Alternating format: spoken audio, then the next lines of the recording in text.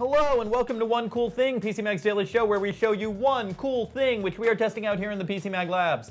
I'm Sasha Sieg and this is Will Greenwald. If you are watching us live on Facebook, then please make comments, ask questions. We are here to take your comments and answer your questions, and we would love to start a dialogue. If you are watching us later on YouTube, then please like and subscribe.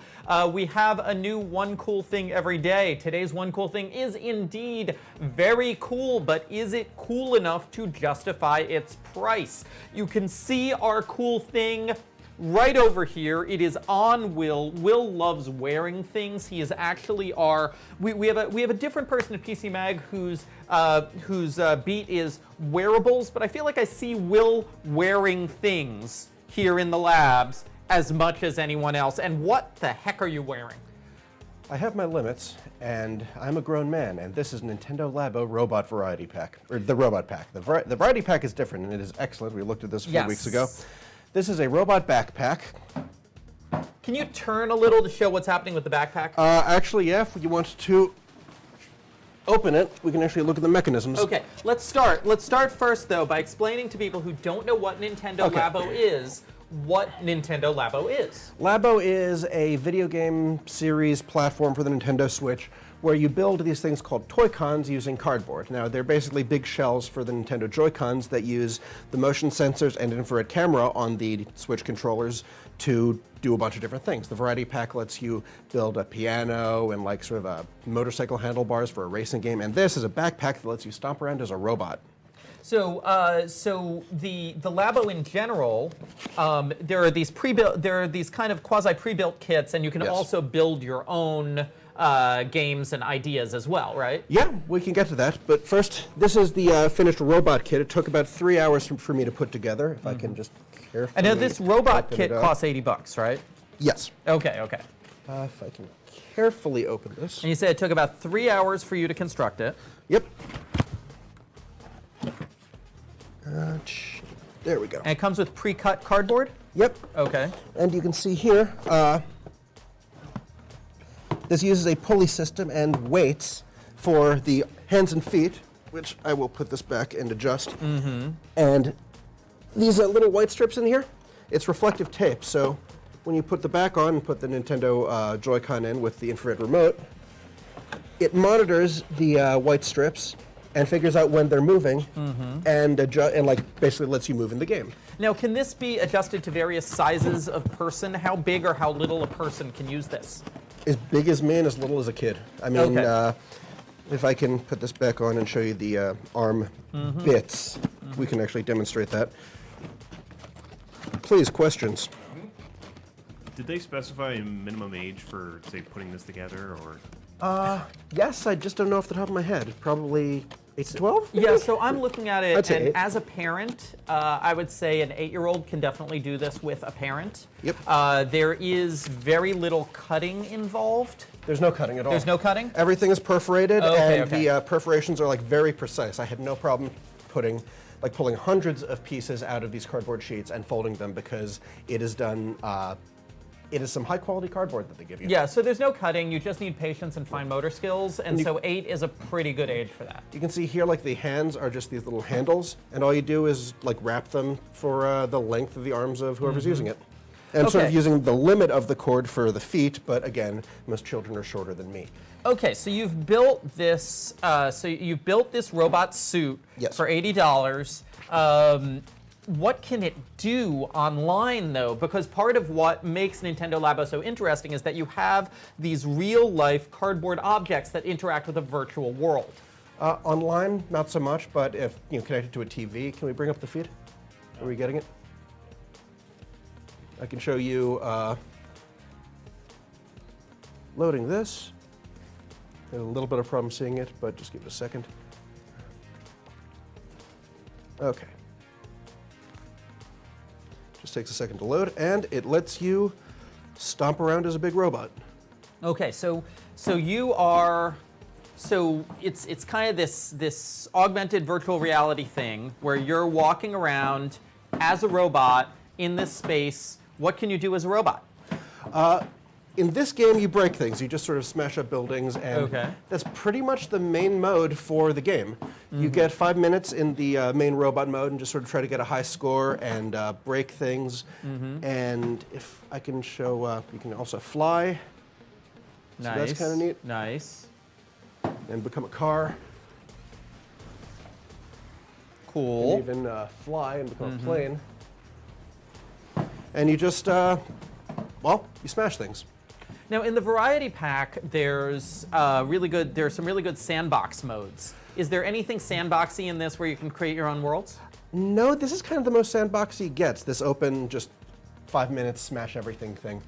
There are challenge maps where you need to get to the end, kill like a bunch of enemies, and you unlock additional moves, which lets you do stuff.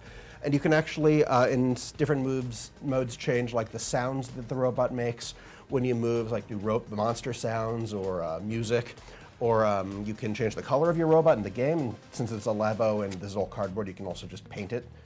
But honestly, there isn't nearly as much here as there was in the variety pack, which is a shame because a variety pack was $10 less, and like you could do music, you could race, you could have this little sort of digital pet house thing. Yeah, I like the whole digital dollhouse aspect of the Labo variety pack. There's just much more you could do in that than just this whole robot thing, which is again $10 more, and it's just one Joy-Con you build for the whole kit. Which actually leads us to another thing. Can we get the feedback on? I won't be able to show you too much because this actually, 1 second. Because this actually requires using the touchscreen mode, but just like the variety pack, you can enter the Toy-Con Garage, which is this programming interface that isn't right. I'm sorry, Well, why don't you describe it? Okay, so yeah. Toy-Con Garage is a programming interface that lets you do different things between the Joy-Cons and the Switch tablet to make your own Toy-Con. So you can, say, press a button on one Joy-Con to make the other one vibrate, or you can have a part of the screen light up or make a noise, or different things can just happen when it detects different kinds of motion. And it's a surprisingly complex but not hard to learn tile-based programming system. There isn't a whole lot of deep stuff. You can't program your own games, but you can program your own Toy-Cons of just cardboard toys that vibrate when you press a button, or like move forward or wiggle or just do something. So you don't need the variety pack to do that. This could also be an entry point towards your own Toy-Con programming? Yes, but the variety pack is a much better entry point because there are way more Toy-Cons that you build with it.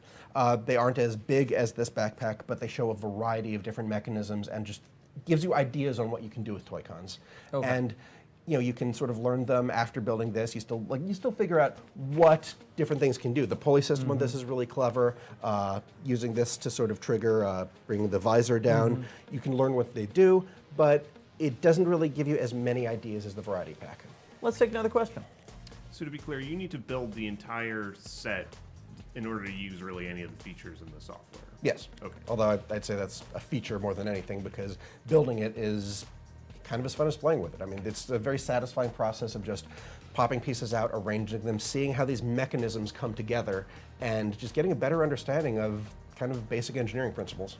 Yeah, I mean, I have to say, so we did rate this 3.5 where we rated the Variety Pack 5 in large part because you can only build this one thing, right? Yeah.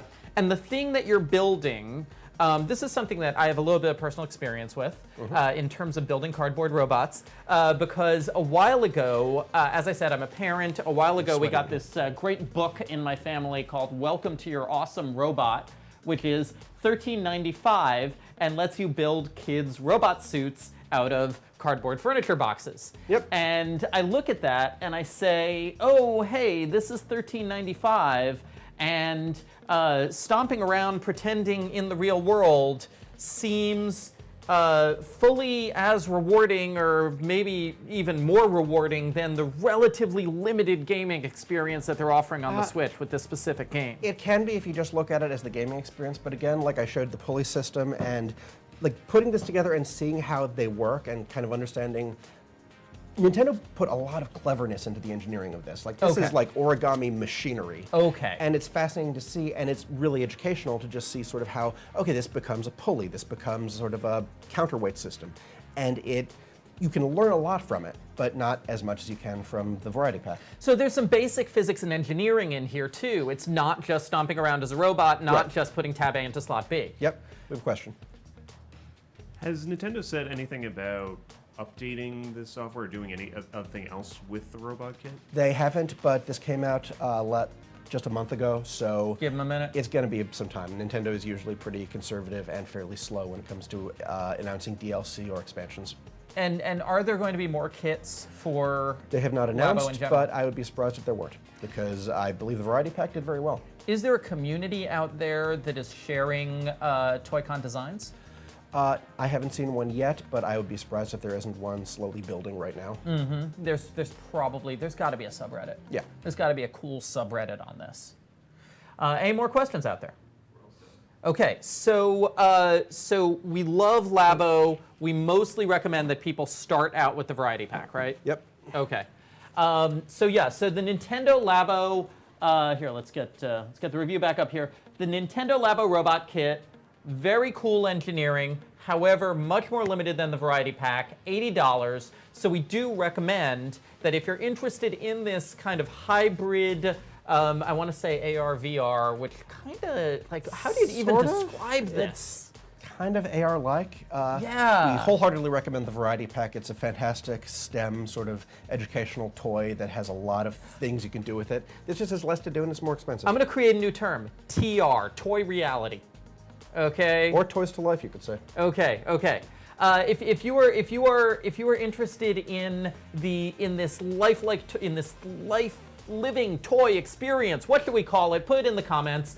The Labo Variety Pack is the way to go. We rated that 5 stars. If you are done with the Variety Pack and you want to build another thing that Nintendo has recommended for you, this robot would be the next step. Yep, and you'd basically have to buy it again because it's different software and a whole different set of cardboard. Yep. So yep. it would be another $80. It's not like you have Labo, just get more cardboard. They're two different products. Okay, well, thank you all for. Do we have any more questions? Okay, great. Well, thank you all for watching. This has been One Cool Thing with PCMag.com. If you are on Facebook, then please return for our live show at 10 a.m. tomorrow. We will have another cool thing. I think tomorrow's cool thing is also kind of for kids. So we got this kids theme going on a little bit. But if you are watching on YouTube, then please like and subscribe, and you will be alerted when every day we have another cool thing for you.